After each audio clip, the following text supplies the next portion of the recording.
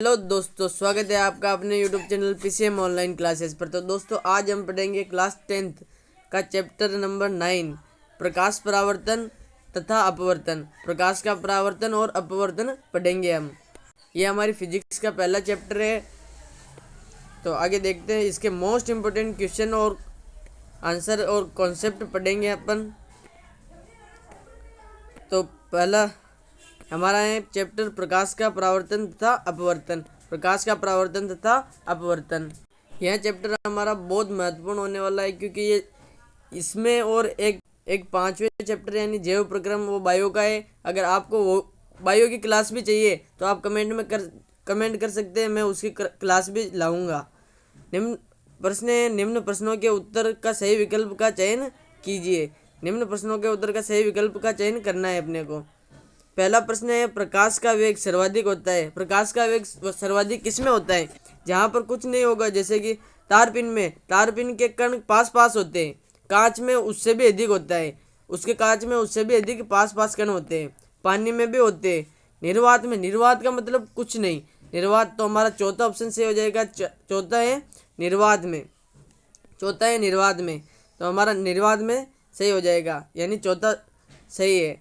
तो अगला प्रश्न देखते हैं, दूसरा है, प्रकाश का वेग न्यूनतम होता है, यानी कम किस में होगा? जहाँ पर उसको जाने की जगह नहीं मिलेगी, यानी कि कांच में। कांच के कण पास पास होते हैं, हवा में थोड़े दूर दूर होते हैं, पानी में कांच और हवा के बीच में मध्य में रहते हैं। निर्वात में तो कुछ होता ही नहीं। तीसरा प्रश्न है, एक उत्तल दर्पण से सदैव प्रतिबिंब बनेगा। उत्तल दर्पण है, उत्तल दर्पण है तो उससे आभासी एवं सीधा बनेगा, हमेशा आभासी एवं सीधा बनेगा। अवतल दर्पण से वास्तविक एवं उल्टा बनता है, और उत्तल दर्पण से सदैव आभासी एवं सीधा बनेगा। अगला प्रश्न है, चौथा है, किसी वस्तु का सीधा तथा आवर्धित, किसी वस्तु का सीधा तथा आवर्धित प्रतिबिंब प्राप्त करने के लिए प्रयुक्त दर्पण तथा लेंस है। अपने को वस्तु का सीधा और आवर्धित यानी बड़ा, सीधा और बड़ा अपने को प्रतिबिंब प्राप्त करना है, तो इसलिए हमें कौन सा दर्पण और कौन सा लेंस अपन प्रयुक्त करेंगे? तो हम करेंगे अवतल दर्पण। अवतल दर्पण से सीधा आ जाएगा, और उत्तल लेंस से आ जाएगा आवर्धित यानी बड़ा। तो पांचवा प्रश्न है, दर्पण गोलीय दर्पण है का सूत्र है। हमको ध्यान रखना है गोलीय दर्पण का। गोलीय दर्पण का होता है 1/v प्लस 1/u बराबर 1/f। अगर यहाँ पर लेंस का होता, अगर गोलीय लेंस का सूत्र होता तो यहाँ पर माइनस का चिन्ह आ जाता, प्लस की जगह माइनस का आ जाता। फॉर्मूला ये का ये है। छठा प्रश्न है, निर्वात में प्रकाश की चाल। निर्वात में प्रकाश की मोस्ट इंपोर्टेंट क्वेश्चन है। निर्वात में प्रकाश की चाल 3 × 10⁸ मीटर पर सेकेंड, मीटर पर सेकेंड, न कि सेंटीमीटर पर सेकेंड, मीटर पर सेकेंड होती है। अगला प्रश्न है, सातवां प्रश्न है, गोलीय दर्पण की वक्रता त्रिज्या और r तथा फोकस दूरी f के मध्य संबंध है। गोलीय दर्पण और की वक्रता त्रिज्या और फोकस दूरी के मध्य में अपने को संबंध बताना है। तो इसके बीच में संबंध क्या होता है? इसके बीच में संबंध होता है f बराबर फोकस दूरी होती है f और r यानी वक्रता त्रिज्या बटा 2। तो हमारा दूसरा ऑप्शन से हो जाएगा f बराबर r/2। अगला प्रश्न है, आठवां प्रश्न है, अवतल लेंस के सामने रखी वस्तु का प्रतिबिंब सदैव बनेगा। अवतल लेंस के सामने कोई वस्तु रख रखी है तो उसका प्रतिबिंब कैसा बनेगा? पहला है आभासी एवं सीधा, दूसरा है वास्तविक एवं सीधा, तीसरा है आभासी एवं उल्टा, चौथा है वास्तविक एवं उल्टा। तो हम जानते हैं अवतल लेंस के सामने रखी है तो आभासी एवं सीधा बनेगा, क्योंकि लेंस है इसलिए, वरना अगर अवतल दर्पण होता तो वास्तविक एवं उल्टा बनता। और नवा प्रश्न है, निम्न में से कौन सा पदार्थ लेंस बनाने के लिए प्रयुक्त नहीं किया जाता? जल से लेंस बनाने के लिए प्रयुक्त किया जा सकता है, कांच भी कर सकते हैं, प्लास्टिक भी कर सकते हैं, लेकिन मिट्टी नहीं कर सकते प्रयोग, मिट्टी का प्रयोग नहीं कर सकते, क्योंकि लेंस में मिट्टी का प्रयोग नहीं होता है। 10वां प्रश्न है, कौन सी घटना के कारण पानी में रखी हुई पेंसिल मुड़ी हुई दिखाई देती है? कौन सी घटना के कारण पानी में रखी हुई पेंसिल मुड़ी हुई दिखाई देती है? तो वह अपवर्तन होता है। अपवर्तन की घटना के कारण पानी में रखी हुई पेंसिल मुड़ी हुई दिखाई देती है। 11वां प्रश्न है, किसी शब्दकोश में पाए गए छोटे अक्षरों, यानी किसी शब्दकोश में पाए गए छोटे अक्षरों को पढ़ते समय आप निम्न में से कौन सा लेंस पसंद करेंगे? छोटे अक्षर है तो उनको बड़ा बताने के लिए हमें कौन सा लेंस लेना होगा। तो उत्तल लेंस हमें पता है कि कोई भी आवर्धित यानी बड़ा प्रतिबिंब बनाने के लिए हमें उत्तल लेंस का प्रयोग करते हैं। तो हमारा हो जाएगा पहला ऑप्शन है 50 सेंटीमीटर फोकस दूरी का एक उत्तल लेंस, यानी ये उत्तल लेंस के लिए कह रहे हैं। और 50 सेंटीमीटर, आगे ऑप्शन देखते हैं, बाद में इसका करेक्ट आंसर पता करेंगे। 50 सेंटीमीटर वाला 50 सेंटीमीटर फोकस दूरी का एक अवतल लेंस, यानी अवतल लेंस है तो ये तो कैंसिल हो गया। और ये उत्तल लेंस है लेकिन 5 सेंटीमीटर का, उधर क्या था 50 सेंटीमीटर का, इधर भी है चौथा है 5 सेंटीमीटर का अवतल लेंस वाले तो गलत हो गए, अवतल लेंस वाले तो गलत हो गए। उत्तल लेंस में उसकी 50 सेंटीमीटर उसकी फोकस दूरी ज़्यादा है, तो पहला आंसर सही हो जाएगा वो। 12वां प्रश्न है किसी दर्पण से आप चाहे जितनी दूरी पर खड़े हो, चाहे आप जितनी दूरी पर कितनी दूरी पर खड़े हो, आपका प्रतिबिंब सदैव सीधा प्राप्त होता है। संभवतः दर्पण है। दर्पण कौन सा होना चाहिए जब आप ना प्रतिबिंब सदैव सीधा हो? केवल समतल, केवल उत्तल या केवल अवतल, या तो समतल अथवा उत्तल। देखो अपना प्रतिबिंब सदैव हमें सीधा प्राप्त कराना है, तो हमारा या तो समतल होगा या उत्तल होगा। तो हमारा चौथा ऑप्शन सही हो जाएगा, या तो समतल अथवा उत्तल। तो या तो समतल अथवा तो हमारा चौथा ऑप्शन सही हो जाएगा, या तो समतल अथवा उत्तल, या तो समतल होगा या उत्तल होगा। तो 13वां प्रश्न है हमारा, 13वां प्रश्न है परावर्तन के नियम लागू होते हैं। परावर्तन के नियम किस पर लागू होते हैं? आरबीएससी 2022 में पूछा गया मोस्ट इंपोर्टेंट क्वेश्चन है।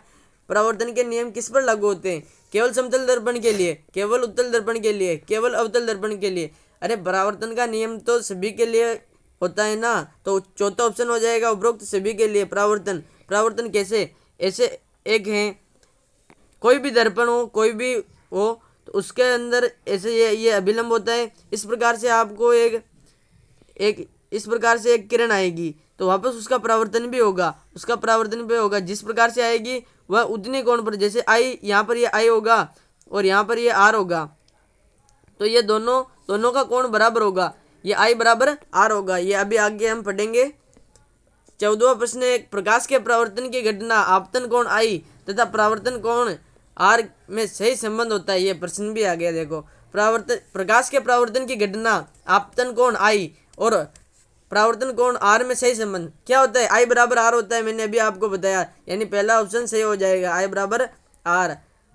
15वां प्रश्न है लेंस के लिए वह बिंदु जिस पर आपतित किरण बिना मुड़े सीधी निकल जाती है, उस बिंदु को क्या कहते हैं? लेंस के लिए वह बिंदु जिस पर आपतित, लेंस का है ना, जिस पर तो वो प्रकाश केंद्र होगा। लेंस के लिए उसका केंद्र क्या होता है? प्रकाश केंद्र होता है, तो उससे बिना मुड़े सीधी निकल जाती है। 16वां प्रश्न है डायप्टर का मात्रक है। डायप्टर मात्रक होता है। डायप्टर किसका मात्रक है? डायप्टर लेंस की शक्ति का मात्रक होता है। बहुत इजी क्वेश्चन है, इंपॉर्टेंट क्वेश्चन है। 17वां प्रश्न है प्रकाश के अपवर्तन की क्रिया में कौन सी भौतिक राशि अपरिवर्तित रहती है? प्रकाश के अपवर्तन की क्रिया में कौन सी भौतिक राशि अपरिवर्तित रहती है? आवृत्ति अपरिवर्तित रहती है। प्रकाश के अपवर्तन की क्रिया में आवृत्ति अपरिवर्तित रहती है। 18वां प्रश्न है जल का अपवर्तनांक होता है। जल का अपवर्तनांक कितना होता है? तो जल का अपवर्तनांक अपने को याद रखना है 1.33 होता है। जल का अपवर्तनांक 1.33 होता है। 19वां प्रश्न है गोलीय दर्पण के परावर्तन पृष्ठ के केंद्र को कहते हैं। गोलीय दर्पण के परावर्तन पृष्ठ के केंद्र को कहते हैं। परावर्तन पृष्ठ है, उसके केंद्र को क्या कहते हैं? उसके केंद्र को कहेंगे ध्रुव। क्या कहेंगे? उसके केंद्र को ध्रुव कहेंगे। तो गोलीय दर्पण के परावर्तन पृष्ठ के केंद्र को क्या कहते हैं? ध्रुव कहते हैं। तो हमारा दूसरा ऑप्शन सही हो जाएगा, ध्रुव। 20वां प्रश्न है पानी का अपवर्तनांक 1.33 है। इंपॉर्टेंट है, पानी का अपवर्तनांक कितना होता है? 1.33 होता है। पानी में प्रकाश की चाल होगी, पानी में प्रकाश की चाल ज्ञात करनी है, तो पानी में प्रकाश की चाल हो जाएगी 3 × 10 की घात नहीं, पानी का अपवर्तनांक 1.33 है, इसलिए हो जाएगी 2.26 इंटू 10⁸ मीटर पर सेकंड, यानी तीसरा ऑप्शन हमारा सही हो जाएगा। आरबीएससी 2022 में पूछा गया क्वेश्चन है, आरबीएससी 2022 में इंपॉर्टेंट क्वेश्चन था, तो इसका तीसरा ऑप्शन सही हो जाएगा। 2.26 इंटू 10⁸ मीटर पर सेकंड। 21वां प्रश्न है, किसी गोलीय दर्पण तथा किसी पतले गोलीय लेंस दोनों की फोकस दूरियां 15 सेंटीमीटर है, उनकी फोकस दूरियां 15 सेंटीमीटर है। दर्पण तथा लेंस संभवतः है, दर्पण और लेंस कौन से होंगे? किसी गोलीय दर्पण, कोई गोलीय दर्पण है, तथा किसी पतले गोलीय लेंस, कोई पतला गोलीय लेंस है, दोनों की फोकस दूरियां 15 सेंटीमीटर है। उनकी फोकस दूरियां तो वो तो अवतल होंगे, दोनों अवतल होंगे। तो हमारा पहला ऑप्शन सही हो जाएगा, दोनों अवतल। अगला प्रश्न है, ये आ गया, अभी आपको पहले मैंने बताया था, इसमें दिए गए चित्र में कौन अक्ष का मान होगा? बहुत इजी क्वेश्चन है, इंपॉर्टेंट क्वेश्चन है। दिए गए चित्र में ये चित्र है, ये कोई भी दर्पण है, इससे ये आपतित किरण है, ये परावर्तित किरण है, यानी इस पर आई और ये परावर्तन करके चली गई। तो यहाँ पर ये तो 30 डिग्री है, तो ये क्या होगा? मैंने आपको अभी बताया कि आई बराबर आर होता है, आर, ये 30 है, तो ये भी हो जाएगा 30। तो हमारा चौथा ऑप्शन सही हो जाएगा 30, 30 डिग्री। आगे आते हैं, रिक्त स्थान की पूर्ति करो। 23वां प्रश्न है, निर्वात में प्रकाश की चाल। निर्वात में ये ऑब्जेक्टिव क्वेश्चन था, वापस ये रिक्त स्थान में भी आया, यानी इंपॉर्टेंट क्वेश्चन है, इसको पढ़ के जाना है अपने को। इसका उत्तर हो जाएगा 3 इंटू 10⁸ मीटर पर सेकंड, निर्वात में प्रकाश की चाल। 24वां प्रश्न है, अभिलंब व आपतित किरण के बीच बनने वाले कोण कहलाता है? अभिलंब, अभी यहाँ पर आपने चित्र देखा, ये अभिलंब होता है अपना, ये सीधा, ये अभिलंब। और ये आपतित किरण के बीच में ये कौन सा? ये आई होता है, आई यानी आपतन कोण। ये होता है आर, परावर्तन कोण, यानी आई बराबर आर होता है। तो अभिलंब व आपतित किरण के बीच में बन रहा है, यानी कि आपतन कोण होगा। क्या होगा? आपतन कोण, आई होता है। 25वां है, लेंस की फोकस दूरी हमेशा ऋणात्मक होती है, खाली स्थान। कौन से लेंस की दूरी हमेशा ऋणात्मक रहती है? अवतल लेंस की फोकस दूरी हमेशा ऋणात्मक रहती है। 26वां प्रश्न है, लेंस के खाली स्थान लेंस के द्वारा केवल आभासी प्रतिबिंब बनता है। लेंस की बात करते हैं तो केवल आभासी प्रतिबिंब अवतल लेंस के द्वारा बनता है। और अगर हम दर्पण की बात करते हैं तो वो उत्तल दर्पण के द्वारा बनता है आभासी, और अवतल लेंस के द्वारा। तो हमारा उत्तर हो जाएगा अवतल। 27वां प्रश्न है, प्रकाश किरण का परावर्तक पृष्ठ से टकराकर पुनः उसी माध्यम में प्रकाश किरण का लौटना कहलाता है। प्रकाश किरण का परावर्तक पृष्ठ से टकराकर पुनः उसी माध्यम में प्रकाश की किरण का लौटना परावर्तन कहलाता है। अगला 28वां प्रश्न देखिए। अगला 28वां प्रश्न है, ऐसा दर्पण जिनका परावर्तक पृष्ठ गोलीय होता है उन्हें कहते हैं खाली स्थान दर्पण कहते हैं। बहुत इंपॉर्टेंट क्वेश्चन है, उसे गोलीय दर्पण कहते हैं। जिसका परावर्तक पृष्ठ गोलीय हो तो उसे गोलीय दर्पण कहेंगे। इसमें कोई लॉजिक की बात है नहीं, इसमें बहुत सिंपल क्वेश्चन है, बहुत इजी है फिजिक्स। 29वां प्रश्न है, ऐसा गोलीय दर्पण जिनका परावर्तक पृष्ठ अंदर की ओर अर्थात गोले के केंद्र की ओर वक्रित हो उस दर्पण को कहते हैं। जैसे कि इस प्रकार से ये कह रहा है कि इस प्रकार से रहता है अपना अवतल दर्पण, इस प्रकार से रहता है, बताता हूँ मैं, इस प्रकार से रहता है। यानी कि ये कह रहा है ऐसा गोलीय दर्पण जिनका परावर्तक पृष्ठ अंदर की ओर हो, यानी कि उत्तल लेंस तो इस प्रकार से रहता है और अवतल लेंस इस प्रकार से रहता है, यानी कि अंदर की ओर वक्रित हो रहा है। जैसे ये अंदर की ओर आ रहा है ना, इसलिए ये कौन सा होगा? अवतल, यानी कि हमारा उत्तर हो जाएगा अवतल। तो उत्तर हो जाएगा अवतल। तो आगे देखिए 30वां प्रश्न है, ऐसा गोलीय दर्पण जिनका परावर्तक पृष्ठ बाहर की ओर वक्रीय होता है, यानी बाहर की ओर मुड़ा हुआ होता है, उस दर्पण को क्या कहते हैं? अभी ये बताया तो उनका बाहर की ओर हो तो ये कौन सा है? उत्तल दर्पण है। सॉरी उत्तल दर्पण सॉरी ये तो लेंस है। दर्पण इस प्रकार से होते हैं, दर्पण ये तो होता है उत्तल दर्पण, और ये होता है, देखिए, और ये होता है अवतल दर्पण। ये इस प्रकार से होता है अवतल दर्पण, तो इस प्रकार से होता है। यानी कि अब उसने कहा था पहले कि गोलीय दर्पण जिसका परावर्तक पृष्ठ, यानी परावर्तक पृष्ठ अर्थात गोले के केंद्र की ओर वक्रित हो तो उसे कहते हैं अवतल दर्पण। यानी कि ये केंद्र रहता है, इधर केंद्र रहता है, तो ये अंदर की ओर ही जा रहा है और ये जा रहा है बाहर की ओर, यानी कि इसमें भी अवतल था और इसमें उत्तल हो जाएगा। यानी ये तो थे लेंस, और लेंस के लिए भी यही होता है और दर्पण के लिए भी यही होता है।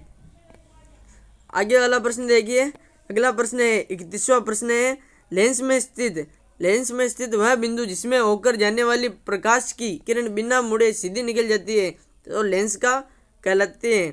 तो लेंस का वो कौन सा बिंदु है? प्रकाशिक केंद्र, प्रकाश का केंद्र, जो हमारे लेंस का जो केंद्र होता है उसे प्रकाशिक केंद्र, प्रकाश केंद्र कहते हैं। तो यानी कि लेंस का प्रकाशिक केंद्र कहलाता है। 32वां प्रश्न है, लेंस के प्रकाशिक केंद्र तथा मुख्य फोकस के बीच की दूरी कहलाती है। यानी लेंस के प्रकाशिक केंद्र वो केंद्र होता है और उसके फोकस, मुख्य फोकस यानी आपके बीच की दूरी फोकस दूरी कहलाती है। क्या कहलाती है? फोकस दूरी। तो हमारा उत्तर हो जाएगा फोकस दूरी।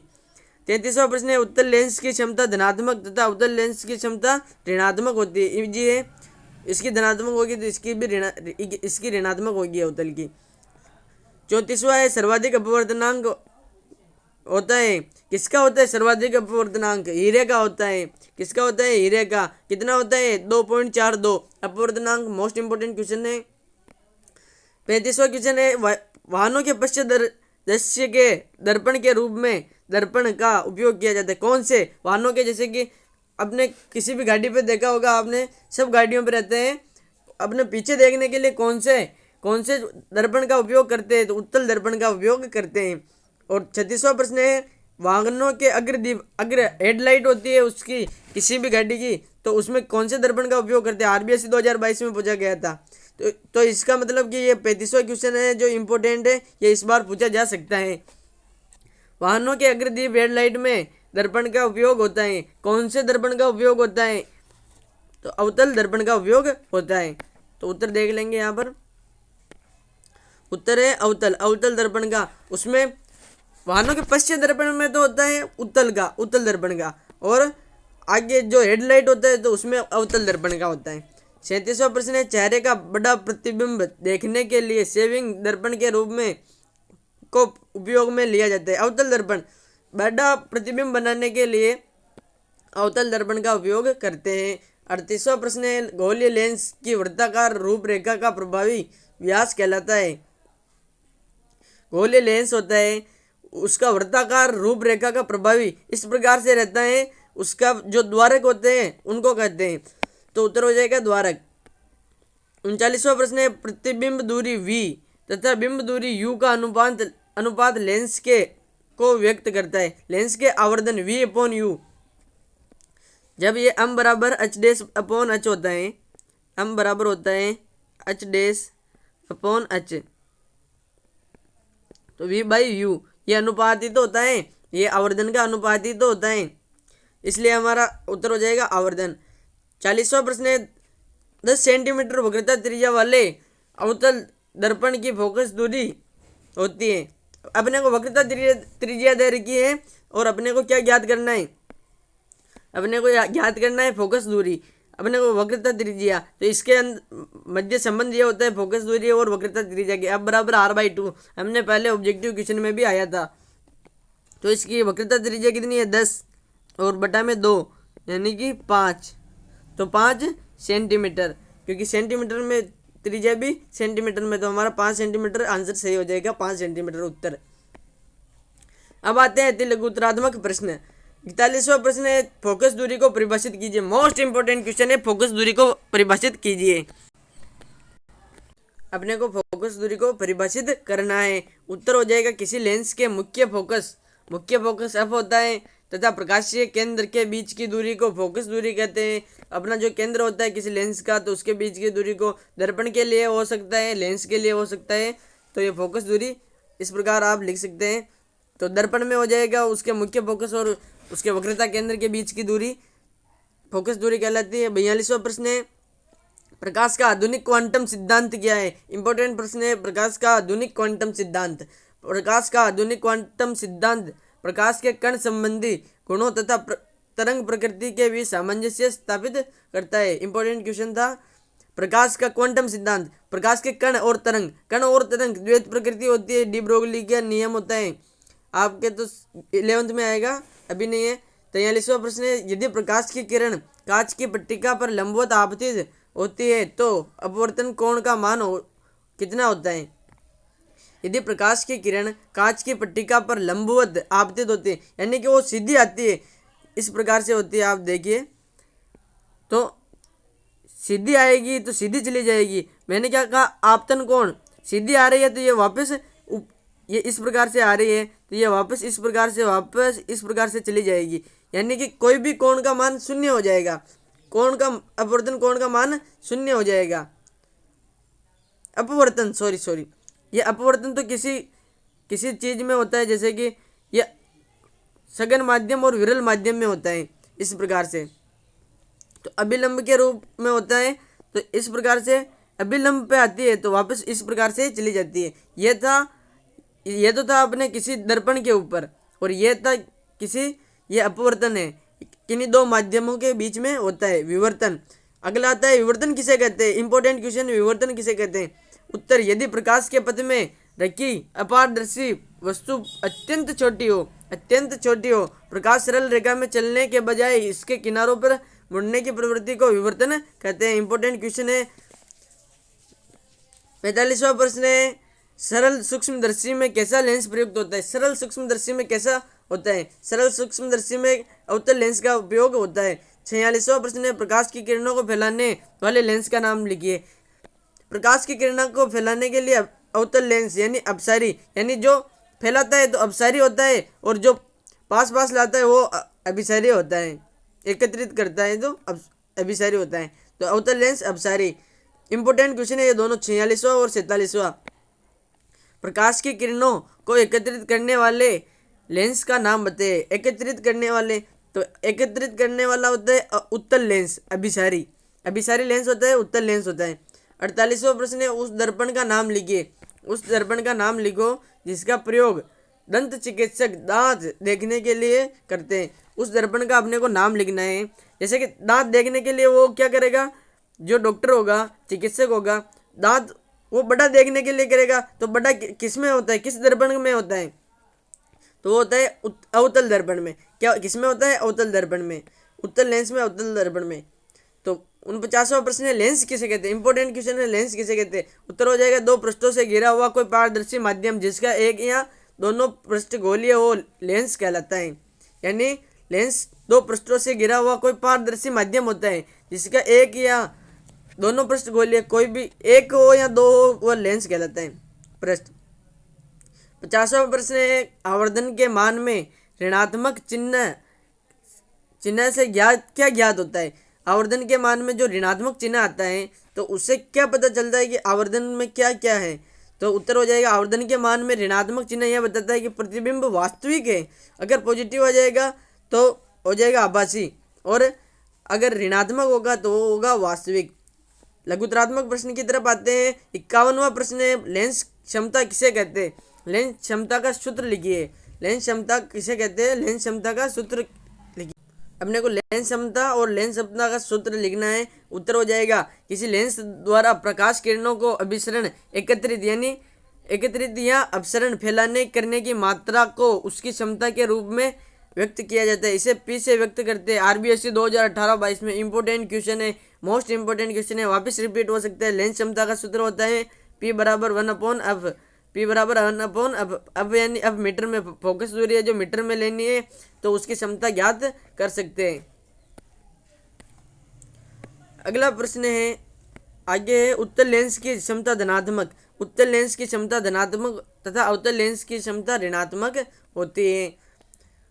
52वां प्रश्न है, परावर्तन के नियम लिखिए। परावर्तन के अपने को नियम लिखने हैं परावर्तन के। उत्तर हो जाएगा, परावर्तन के दो नियम है। परावर्तन के दो नियम है, आपतन कोण I तथा परावर्तन कोण R बराबर होते हैं। आपतन कोण I और परावर्तन कोण R बराबर होते हैं। तो आपतित किरण, परावर्तित किरण तथा अभिलंब तीनों एक ही तल में होते हैं। देखो, परावर्तन के दो नियम निम्न है, दो नियम है। सबसे पहले नियम को इस प्रकार याद करना है, आपको रटना नहीं है, फिजिक्स समझने की चीज़ें होती हैं। इस प्रकार देखिए, ये होता है, पहले तो ये होता है अपना, ये तो होता है अपना दर्पण, ये होता है अपना दर्पण। जैसे इस पर कोई किरण आपतित आती है, इस प्रकार इस पर कोई किरण आती है, ये होता है अभिलंब, ये होता है अभिलंब। इस पर आती है तो वापस परावर्तित हो जाती है, इस पर आती है तो वापस परावर्तित हो जाती है। तो इसका ये आई कौन होता है, जो इसका ये कौन होता है आई, और ये तो ये आर, ये दोनों बराबर होते हैं, आई बराबर आर। जितने कोण से वो आती है उतने ही कोण से वापस चली जाती है। तो ये होता है। और आपतित किरण, अब देखिए दूसरा है आपतित किरण। आपतित किरण यानी आने वाली किरण, आने वाली किरण है। और परावर्तित किरण, ये भी परावर्तित किरण है। ये है अभिलंब, अभिलंब है आता है ये सीधा। तो ये तीनों एक ही तल में, यानी ये तीनों एक ही तल में स्थित होती है, यानी इस तल में स्थित है तो तीनों एक ही तल में होते हैं। तो इस प्रकार परावर्तन के नियम हैं।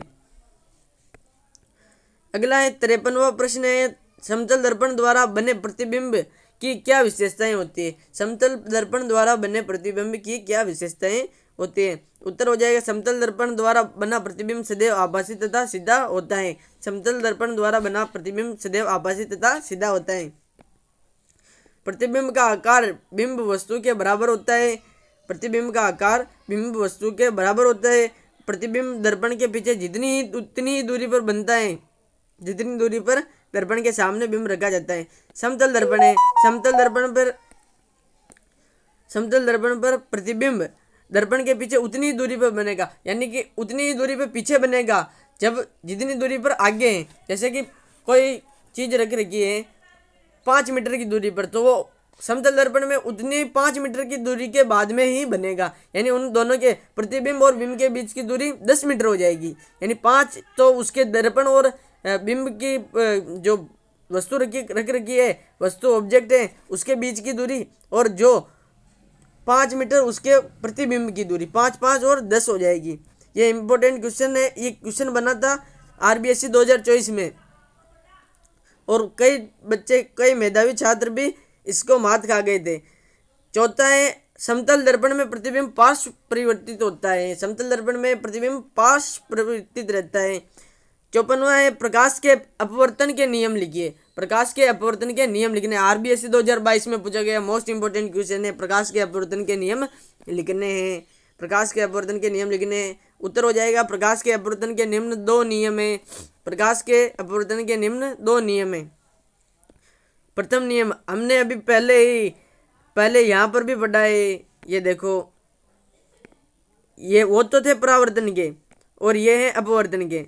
अपवर्तन के प्रथम नियम में आपतित किरण, अपवर्तित किरण तथा दोनों माध्यमों को पृथक करने वाले पृष्ठ के आपतन बिंदु पर अभिलंब तीनों एक ही तल में स्थित होते हैं। इसका चित्र में अभी बना के आगे है चित्र, उसमें बताऊंगा आपको कि वो आपतित किरण और अपवर्तित किरण, दिखा भी देता हूँ।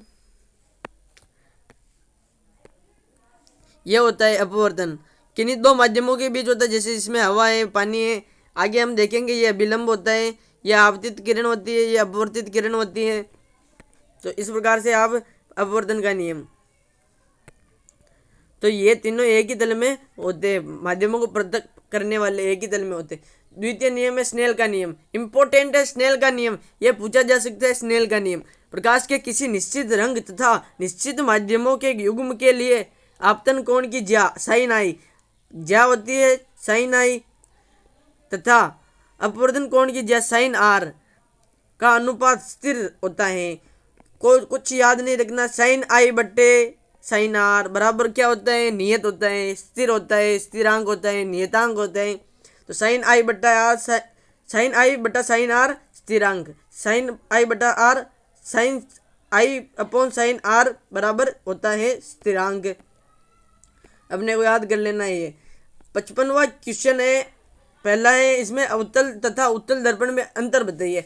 अवतल तथा उत्तल दर्पण में अंतर कोई भी बता सकते हैं, बहुत इजी क्वेश्चन है। उत्तल तथा अवतल लेंस में अंतर, लेंस और दर्पण में अंतर बहुत इजी है। अवतल दर्पण वह गोलीय दर्पण जिसका परावर्तक पृष्ठ अंदर की ओर हो, अंदर की ओर अर्थात गोले के केंद्र की ओर वक्रित हो, तो वह अवतल दर्पण कहलाता है। अवतल दर्पण की फोकस दूरी ऋणात्मक होती है, इस प्रकार से बनता है। आप चित्र बनाकर भी इसका अंतर लिख सकते हैं, इस प्रकार से आता है। और उत्तल होता है इस प्रकार से। तो उत्तल दर्पण वह गोलीय दर्पण जिसका परावर्तक पृष्ठ बाहर की ओर वक्रित हो, जैसे कि इस प्रकार बाहर की ओर वक्रित हो, उत्तल दर्पण कहलाता है। उत्तल दर्पण की फोकस दूरी धनात्मक होती है। उत्तल दर्पण की फोकस दूरी धनात्मक होती है। दूसरा है उत्तल लेंस। यह बीच में से मोटा होता है तथा किनारों से पतला होता है। यह प्रकाश की किरणों को एक बिंदु पर एकत्रित करता है, अतः इसे अभिसारी लेंस कहते हैं। यह दूरदृष्टि दोष को दूर करने में प्रयुक्त होता है। इस प्रकार से आप बना सकते हैं। ये इस प्रकार से किनारों से तो होता है पतला, यानी ये किनारों से तो होता है यहाँ से तो पतला, और यहाँ से होता है ये बड़ा मोटा, और ये कह रहा है कि ये अभिसारी करता है।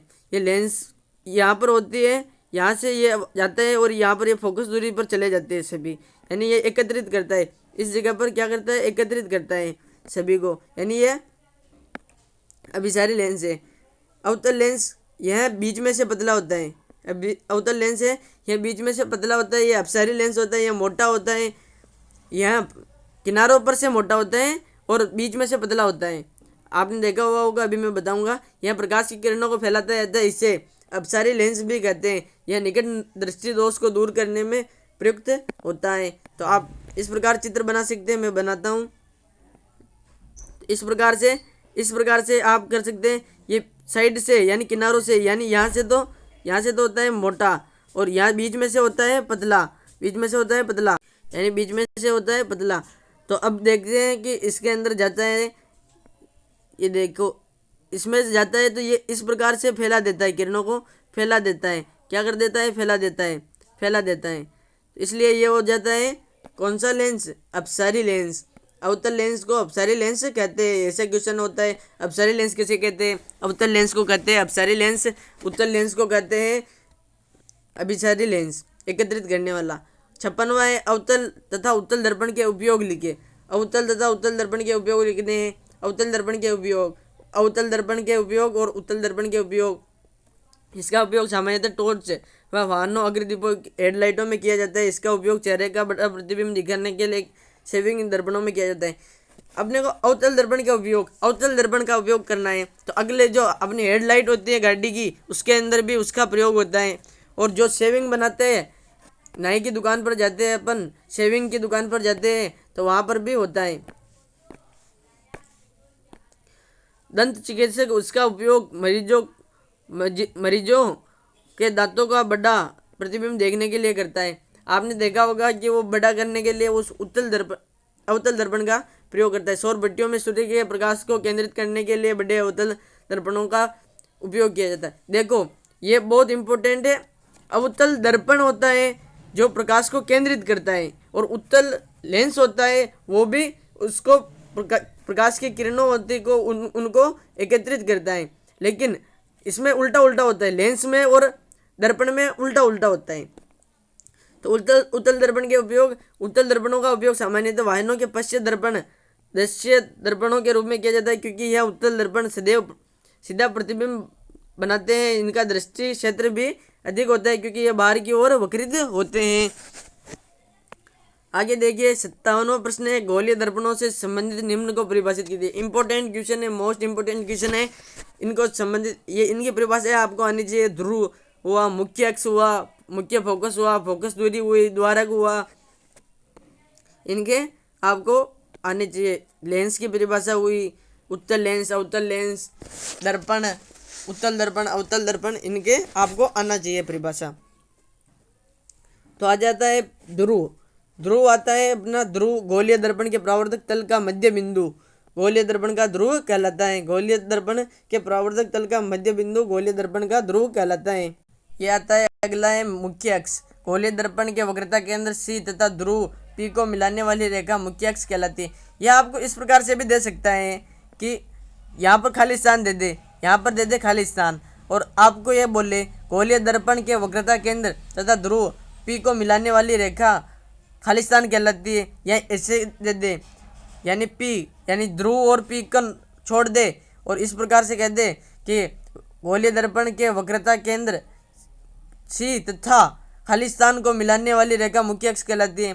तो आपको इस प्रकार ध्यान रखना है। या ऐसे कर दे गोलीय दर्पण के खालिस्तान तथा ध्रुव पी को मिलाने वाली रेखा मुख्य अक्ष कहलाती है। तो इस प्रकार से आपको सभी के लिए प्रिपेयर रहना है। वो क्वेश्चन कैसे भी पूछ सकता है, बोर्ड वाला एग्जामिनर है, क्वेश्चन कैसे भी पूछ सकता है, तो अपने को प्रिपेयर रहना है। अगला प्रश्न क्या, अगला है मुख्य फोकस। मुख्य अक्ष पर स्थित वह बिंदु जहाँ पर मुख्य अक्ष के समानांतर चलने वाला किरण पुंज दर्पण से परावर्तन के बाद मिलता है या मिलता हुआ प्रतीत होता है, उसे मुख्य फोकस कहते हैं। इसे अब से कैपिटल अब से प्रदर्शित किया जाता है। अगला आता है फोकस दूरी। फोकस दूरी किसी गोलीय दर्पण के ध्रुव तथा मुख्य फोकस के बीच की दूरी को फोकस दूरी कहते हैं। इससे स्मॉल एफ से प्रदर्शित करते हैं। पांचवा है द्वारक। गोलीय दर्पण का परावर्तक पृष्ठ गोलीय होता है। इस पृष्ठ की एक वृत्ताकार सीमा रेखा होती है। गोलीय दर्पण के परावर्तक पृष्ठ की इस वृत्ताकार सीमा रेखा होती है। गोलीय दर्पण के परावर्तक पृष्ठ की इस वृत्ताकार सीमा रेखा का व्यास दर्पण का द्वारक कहलाता है। 58वां प्रश्न है, इंपॉर्टेंट क्वेश्चन है। 58वां प्रश्न है, कांच के आयताकार स्लैब से अपवर्तन का नामांकित चित्र बनाइए। आरबीएससी 2015-19 में पूछा गया है, वापस रिपीट हो सकता है। आरबीएससी 2015-19 में पूछा गया है, कांच के आयताकार स्लैब से अपवर्तन का नामांकित चित्र बनाना है। तो आप सबसे पहले क्या बनाना है, किन्हीं दो माध्यम, इसमें कोई माध्यम का नाम नहीं लिया गया है, तो आप अपने मन से बना सकते हैं।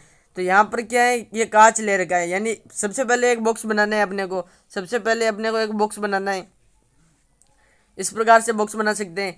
तो सबसे पहले बॉक्स बना लिया, तो सेकंड में करना है आपको, यहाँ पर इसको नाम दे सकते हैं ABCD इस प्रकार से दे रखा है, जैसे ABCD इस प्रकार से दे रखा है।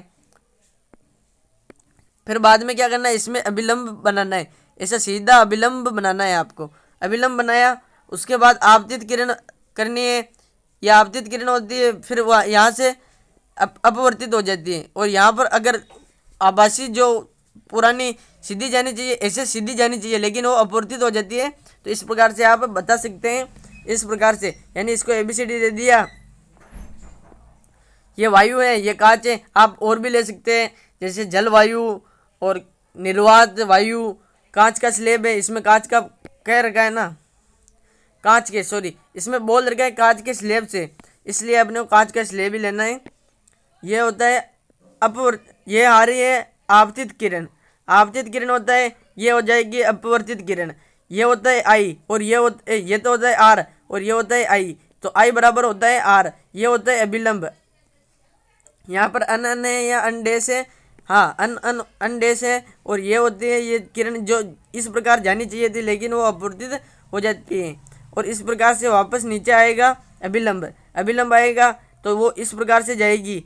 और ये अभिलंब है, तो ये है OL, ये पीछे वाली होती है, ये IR, ये I2 R2 है, I2 R2 है। तो ये दोनों भी बराबर होते हैं। तो ये इस प्रकार आनी चाहिए थी। अगला प्रश्न है, 59वां प्रश्न है, जब प्रकाश की किरण तिरछा आपतन के साथ प्रवेश करती हैं तो उनका मार्ग दर्शाते हुए किरण आरेख बनाइए। हवा से पानी में, इंपॉर्टेंट क्वेश्चन है, इसमें बता रखा है हवा से पानी में। उत्तर हो जाएगा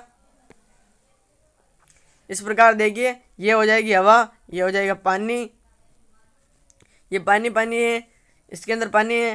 तो सबसे पहले ये आपतित किरण है। सबसे पहले तो अपने को बनाना है अभिलंब बनाया, फिर आएगी आपतित किरण, फिर वो हो जाएगी अपवर्तित। और आप बाद में इसको ऐसे भी दर्शा सकते हैं डॉट से, कि ये जानी चाहिए थी इस प्रकार से जानी चाहिए थी, लेकिन इसमें सही नहीं बन रहा है। वैसे आप कॉपी में बना सकते हैं, इस प्रकार से जानी चाहिए थी, लेकिन ये चली जाती है इस प्रकार से, ये अपवर्तित हो जाती है। तो इस प्रकार से आप कर सकते हैं। तो अगला प्रश्न देखते हैं, लेंस सूत्र तथा आवर्धन से आप क्या समझते हैं? लेंस सूत्र तथा आवर्धन से आप क्या समझते हैं? उत्तर हो जाएगा लेंस सूत्र। लेंस में प्रकाशिक केंद्र से वस्तु की दूरी बिंब दूरी u कहलाती है। लेंस सूत्र, लेंस में प्रकाशिक केंद्र से वस्तु के दूरी बिंब दूरी कहलाती है, u कहलाती है। लेंस के प्रकाशिक केंद्र से प्रतिबिंब की दूरी v कहलाती है, प्रतिबिंब की दूरी v और इस बिंब की दूरी u कहलाती है, तथा प्रकाशिक केंद्र से मुख्य फोकस के बीच की दूरी फोकस दूरी कहलाती है, एफ कहलाती है। इन तीनों राशियों के बीच एक संबंध होता है जिसे लेंस सूत्र कहते हैं। लेंस सूत्र निम्न है, 1/v माइनस 1/u बराबर 1/f। तो ये इस यहाँ पर तो है ये लेंस का, अगर यहाँ पर होता है दर्पण का तो इस जगह पर आ जाएगा प्लस, इस जगह पर आ जाए माइनस की जगह पर आ जाएगा प्लस, वरना ये का यही फॉर्मूला है, इसमें कुछ नहीं है। आवर्धन है, आवर्धन यानी हम प्रतिबिंब की ऊंचाई H dash upon H we by you. मैंने कहा था इनका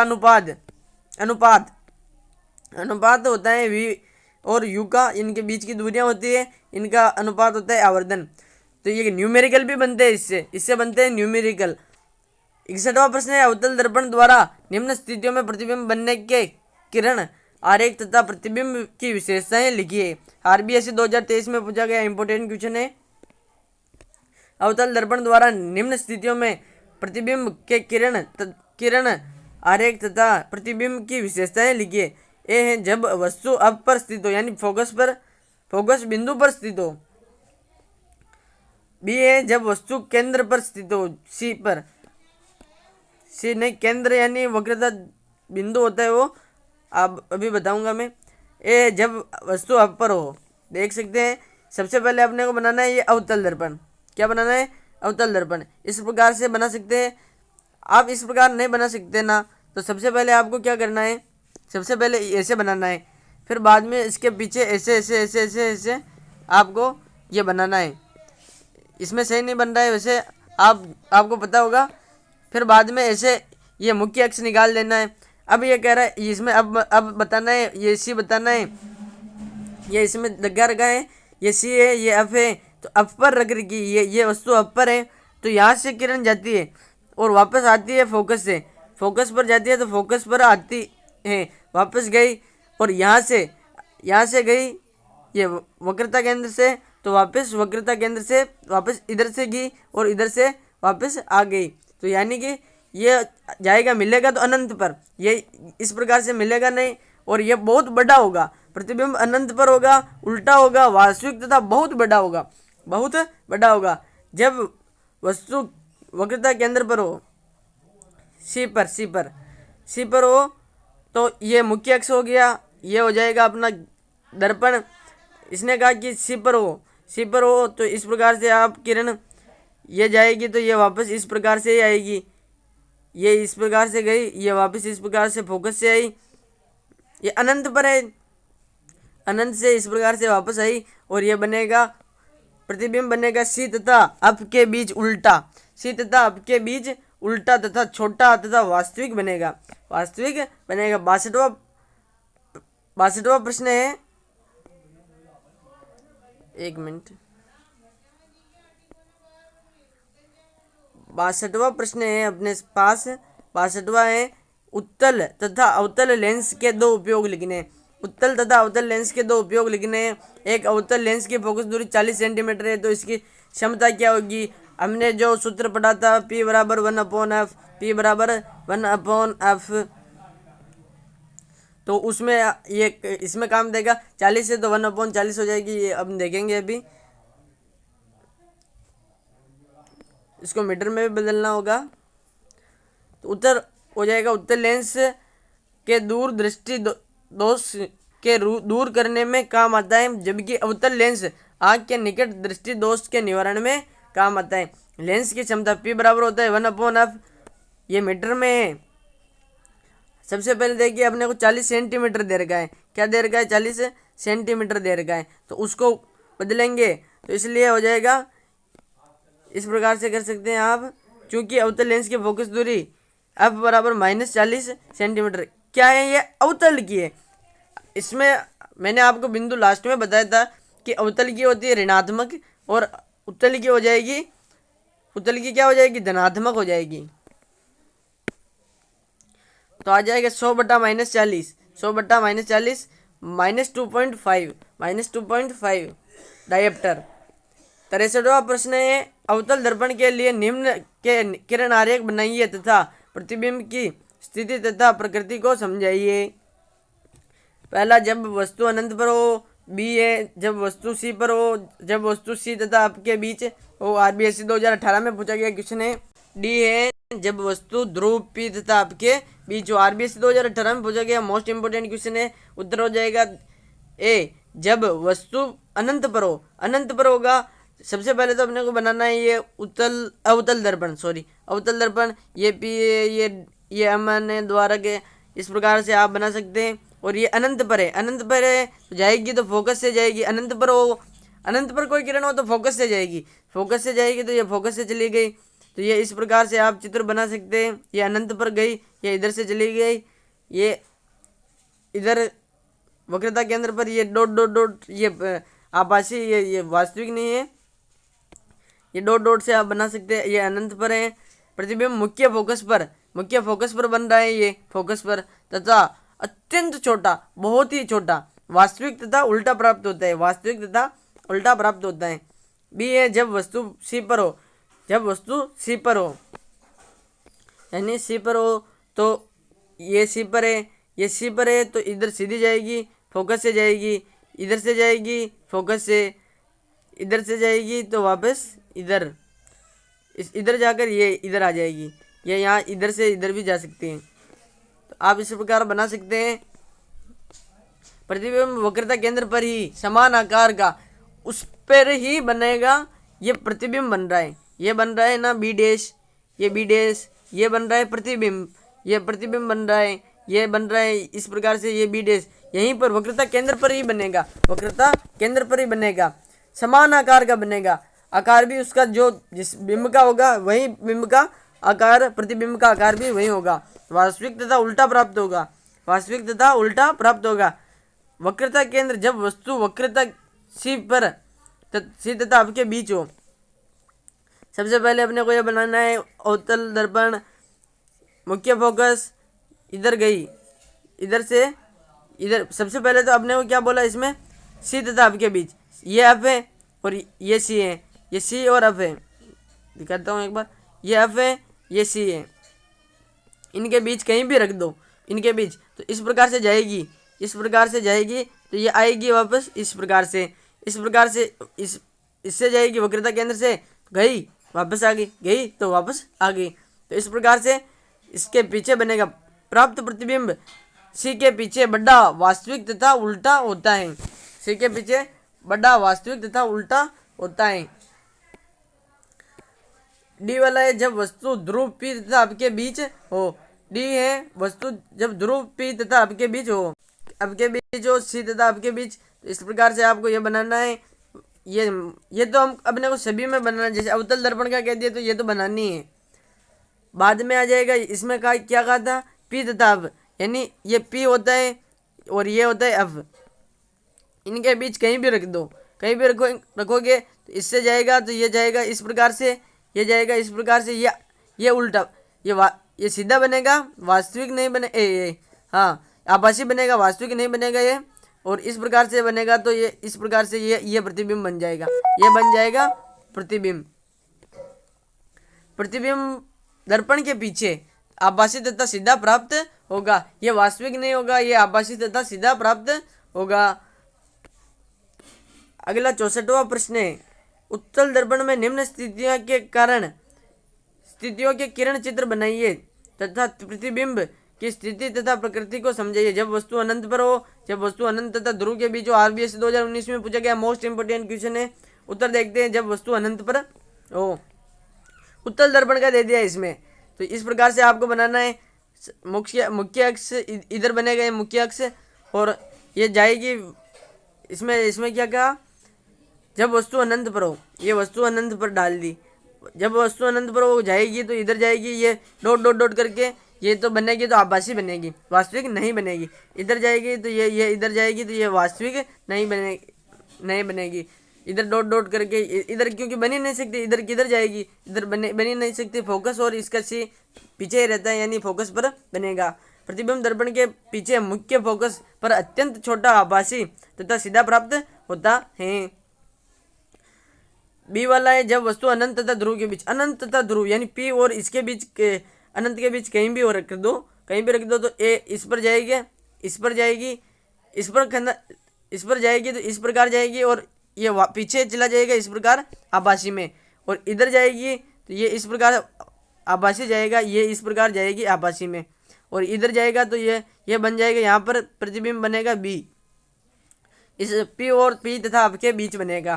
प्रतिबिंब दर्पण के पीछे पी ध्रुव तथा मुख्य फोकस अप के बीच छोटा आभासी तथा सीधा प्राप्त होगा। इंपॉर्टेंट क्वेश्चन से 65वां एक माध्यम के अपवर्तनांक की परिभाषा लिखी RBSc 2019 में। बी वाला एक उत्तल लेंस से प्रतिबिंब का बनना दर्शाने का किरण चित्र बनाइए जबकि वस्तु F1 तथा 2F1 के मध्य स्थित हो। उत्तर हो जाएगा किन्हीं दिए हुए माध्यमों के युग्म के लिए होने वाली दिशा परिवर्तन के विस्तार को अपवर्तनांक कहते हैं। अपवर्तनांक को विभिन्न माध्यमों में प्रकाश के संचरण की अपेक्षित चाल से संबद्ध किया जाता है। तो N2 बराबर होता है V1/V2। माध्यम 1 में प्रकाश की चाल बटा माध्यम 2 में प्रकाश की चाल, ये का अपवर्तनांक होता है 2.42। बी वाला होता है जब उत्तल में वस्तु F1 तथा 2F1 के मध्य हो। तो इस प्रकार से आप बना सकते हैं, ये तो है उत्तल लेंस, इस प्रकार ये सी तथा F के बीच में है, तो इस प्रकार से जाएगा, इस प्रकार से F2 के बीच में F2 पर जाएगा, ये वक्रता केंद्र से सीधा निकल जाएगा, तो इस प्रकार से यहाँ पर बनेगा सी के पीछे, सी के आगे बनेगा। प्रतिबिंब 2F2 के पीछे उल्टा तथा ये C2 है, C2 को या 2F2 को, बात एक ही, उल्टा वास्तविक तथा बड़ा प्राप्त होता है। अगला देखते हैं 66वां प्रश्न है, 66 प्रश्न है।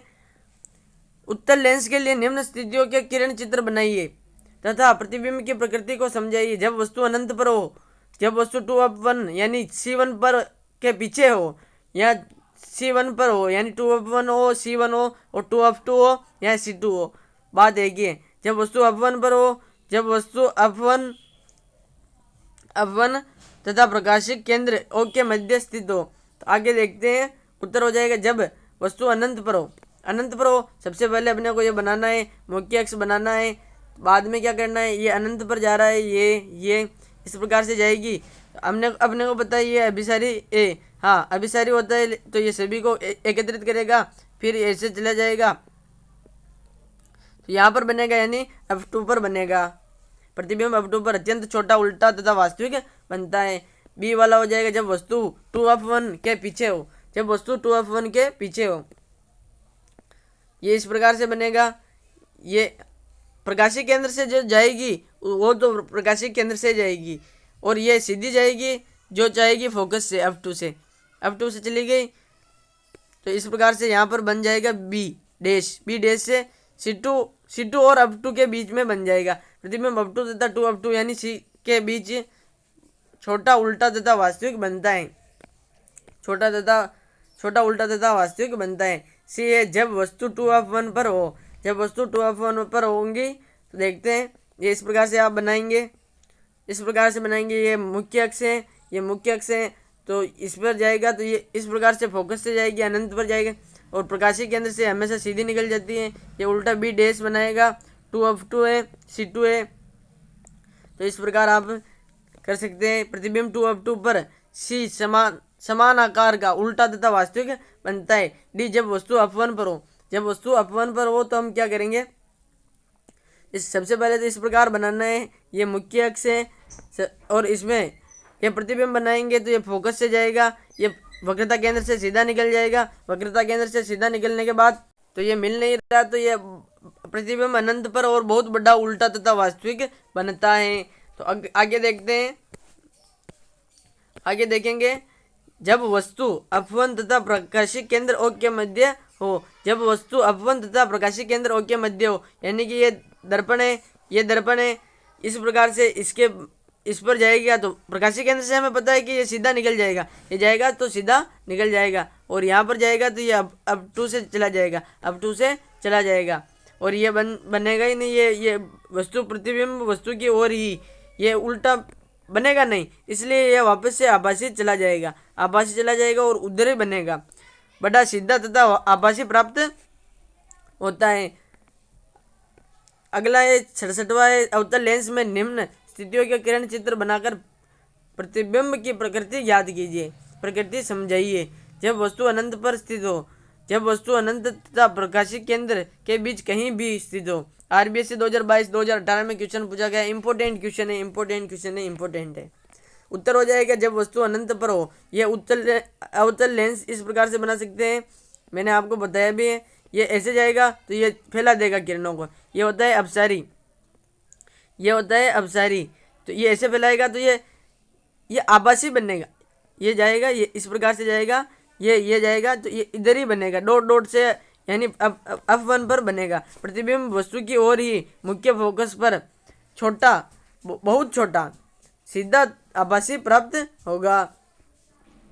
जब वस्तु अनंत तथा प्रकाशिक केंद्र के बीच कहीं भी हो, प्रकाशिक केंद्र के बीच कहीं भी स्थित हो तो इस प्रकार से जाएगी। अनंत और ये 2F1 F1 के इनके बीच हो, इनके अनंत के बीच, तो इस प्रकार से O से सीधी चली जाएगी, ये जाएगी इस प्रकार जाएगी, ये इधर सीधी गई, ये इस प्रकार से गई, और तो पीछे जाएगी तो ये इस प्रकार से जाएगी, और यहाँ पर बन जाएगा अपना, ये कटेगी जहाँ पर अपना ये प्रतिबिंब बन जाएगा। ये प्रकाशिक केंद्र हो है।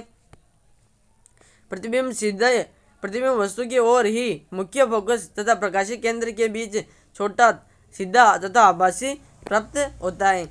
68वां ए आभासी तथा वास्तविक प्रतिबिंब में अंतर लिखिए। आभासी तथा वास्तविक प्रतिबिंब में अंतर लिखना है। उत्तल तथा अवतल लेंस दर्पण, लेंस व दर्पण की फोकस दूरियों में किसमें होती है? वास्तविक प्रतिबिंब, इसको पर्दे पर प्राप्त कर सकते हैं। अवतल दर्पण तथा उत्तल लेंस से प्रतिबिंब सामान्यतः वास्तविक बनते हैं, सामान्यतः बनते हैं। वास्तविक प्रतिबिंब सदैव उल्टे बनते हैं। वास्तविक होगा जो उल्टा बनेगा, आभासी होगा तो सीधा बनेगा। आभासी प्रतिबिंब होगा, इसको पर्दे पर प्राप्त नहीं कर सकते। उत्तल लेंस तथा अवतल दर्पण से प्रतिबिंब हमेशा आभासी बनते हैं। आभासी प्रतिबिंब सदैव सीधे बनते हैं। उत्तल दर्पण तथा लेंस दोनों की फोकस दूरियां हमेशा धनात्मक होती है, जबकि अवतल दर्पण तथा लेंस दोनों की फोकस दूरी हमेशा ऋणात्मक होती है। ये इम्पोर्टेंट है, ये पॉइंट इम्पोर्टेंट है, ये हमारे न्यूमेरिकल में भी काम आता है, बहुत काम आता है, इसीलिए ये इम्पोर्टेंट है, इसको याद करना है। आवर्धन से आप क्या समझते हैं? आवर्धन से आप क्या समझते हैं? दर्पण तथा लेंस के आवर्धन सूत्र लिखिए। दर्पण तथा लेंस के आवर्धन सूत्र, यानी हम याद करना है अपने को, इसके सूत्र लिखने हैं। प्रतिबिंब की ऊंचाई तथा बिंब की ऊंचाई के अनुपात को कहते हैं, के अनुपात को आवर्धन कहते हैं। आवर्धन के मान ने धनात्मक चिन्ह बताता है। आवर्धन के मान में धनात्मक चिन्ह यह बताता है कि प्रतिबिंब आभासी है, तथा ऋणात्मक चिन्ह यह बताता है प्रतिबिंब वास्तविक है। आवर्धन अम से प्रदर्शित किया जाता है। दर्पण के लिए अम बराबर h' अपॉन h, यहाँ -v/u। यह किसके लिए? अवतल लेंस के लिए, लेंस के लिए होगा अम बराबर h'/v/u। h' प्रतिबिंब की ऊंचाई, h है बिंब की ऊंचाई, v बराबर प्रतिबिंब यहाँ ध्रुव, यहाँ प्रकाशिक केंद्र से दूरी, u बराबर बिंब की ध्रुव या प्रकाशिक केंद्र से दूरी। तो दोस्तों ये थे इस अध्याय के महत्वपूर्ण प्रश्न, और ये प्रश्न बहुत इंपॉर्टेंट है एग्जाम की दृष्टि से, ये बहुत महत्वपूर्ण है। आशा करता हूँ कि ये प्रश्न आपको समझ में आए होंगे, ये आपके लिए बहुत महत्वपूर्ण है। यदि आपको हमारा वीडियो पसंद आया हो तो इसे लाइक कीजिए, हमारे चैनल को सब्सक्राइब कीजिए, अपने दोस्तों के साथ शेयर कीजिए। यदि आप इसकी पीडीएफ प्राप्त करना चाहते हैं तो हमारे टेलीग्राम चैनल से जुड़ सकते हैं, लिंक डिस्क्रिप्शन में है। धन्यवाद।